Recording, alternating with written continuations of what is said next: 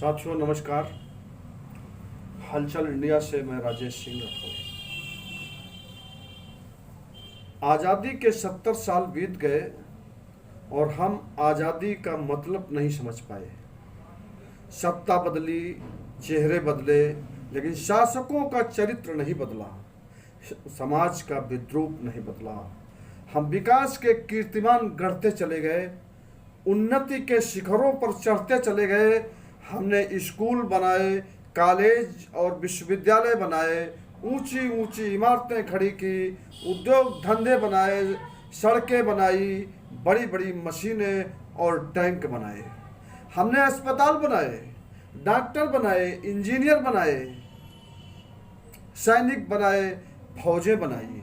हमने सब कुछ बनाया, लेकिन ये सब कुछ बेमानी है, क्योंकि हम एक इंसान और इंसानी समाज नहीं बना पाए। ब्रिटिश साम्राज्यवाद के चंगुल से तो हमें मुक्ति मिली, लेकिन हम अपने पैरों में सदियों से पड़ी हुई गुलामी की बेड़ियां नहीं तोड़ पाए। हम अपनी कबीलियाई संस्कृति से, अंधविश्वास, आडंबरों और रूढ़ियों से अपने आप को मुक्त नहीं कर पाए। आज भी ठाकुरों की ड्योढ़ी पर लठैत खड़े हैं, ठकुर सुहाती की ठसक बरकरार है, ब्राह्मणों की सत्ता में दखलंदाजी जारी है। अगड़े पिछड़े और छूत अछूत की सदियों पुरानी परंपरा को हम नहीं मिटा पाए। आज भी मंदिर मस्जिद के नाम पर तलवारें चलाई जाती हैं, लाशें गिराई जाती हैं, लहू बहाया जाता है। जाति ऊंच नीच हम नहीं मिटा पाए। हम लोकतांत्रिक देश हैं। हमारे देश में एक संविधान भी हुआ करता था, जो अब नहीं है। जिसकी लाठी उसकी भैंस वाली कहावत आज भी हमारी आज़ादी पर हमें मुंह चिढ़ाती है। राजस्थान के जलेसर में दलित दूल्हा दुल्हन को मंदिर में नहीं घुसने दिया गया।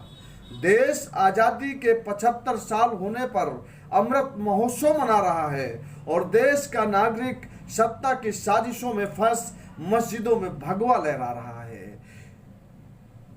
उसे मंदिर में के अंदर नहीं घुसने दिया गया, क्योंकि वह दलित था, अछूत था, मंदिर अपवित्र हो जाता।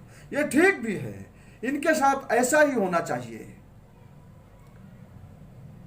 तुम पोंगा पंथियों की साजिशों में फंसे हो तो फंसे रहो। जिन मंदिरों में दलितों के प्रवेश से मंदिर अपवित्र हो जाते हैं, उन मंदिरों को बनाया किसने? किसने ईंट गारा ढोया और कन्नी वसूली लेकर उसकी नक्काशी किसने काटी और उसको मूर्त रूप दिया? इस बात को कभी सोचा है?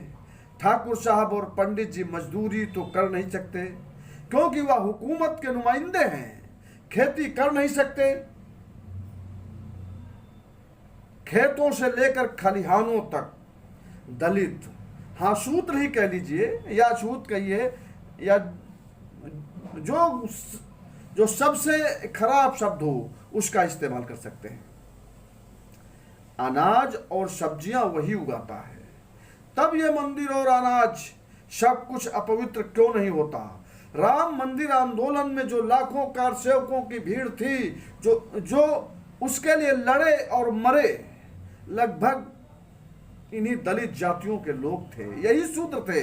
तो ठीक है, तुम इसी लायक हो। तुम ठाकुरों ब्राह्मणों की ड्योढ़ी पर गुलामों की तरह हाथ बांधे खड़े रहने के लिए अभिशप्त हो, क्योंकि तुम अपनी मुक्ति की जंग लड़ नहीं सकते।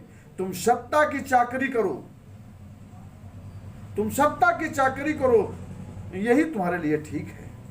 अपनी बहन बेटियों को सवर्णों के हाथों जलील होने दो, उनके साथ बलात्कार होने दो, उन्हें जिंदा जला देने दो। तुम इसी लायक हो। अपने बच्चों को विश्वविद्यालयों में आत्महत्या करने दो, क्योंकि तुम्हें माला पहनाने और अगरबत्तियां जलाने का बड़ा शौक है। मूर्तियों को भगवान मानने की बीमारी है, जिन बाबा साहब के विचारों को आत्मसात करने की जरूरत है, तुम उनकी मूर्तियां खड़ी कर उन्हें भगवान बनाने पर तुले हो।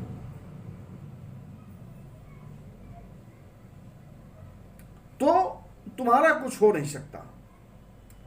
बाबा साहब का एक मंत्र, संगठित हो, शिक्षित बनो, संघर्ष करो, अगर अपने जीवन और व्यवहार में उतार लेते तो शायद अब तक आजादी का मतलब समझ लेते। लेकिन तुम्हें तो भगवान चाहिए, तो बैठे रहिए भगवान सहारे, भगवान तुम्हारा भला करे। धन्यवाद।